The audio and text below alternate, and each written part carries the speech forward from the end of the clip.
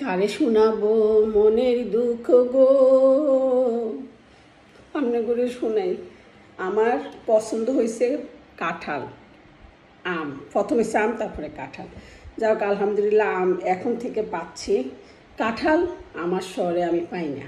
আমি যে ছোট্ট একটা শহরে থাকি ইতালিতে, এই জন্য দুধের স্বাদ ঘোলে মেটানোর মতন অবস্থা। এই জন্য ক্যানের কাঁঠাল পাওয়া যায় চাইনিজ সুপার মার্কেটে বা পাকিস্তানি সুপার মার্কেটে। এখান থেকে নিয়ে এসেছি, এই ক্যানটা নিয়ে এসেছি 3 ইউরো করে। ভিতরে মাত্র 5 পিস, দেখেন। আরে আল্লাহ রে, স্বাদটা কিচ্ছু নাই, শুধু একটু গ্রান।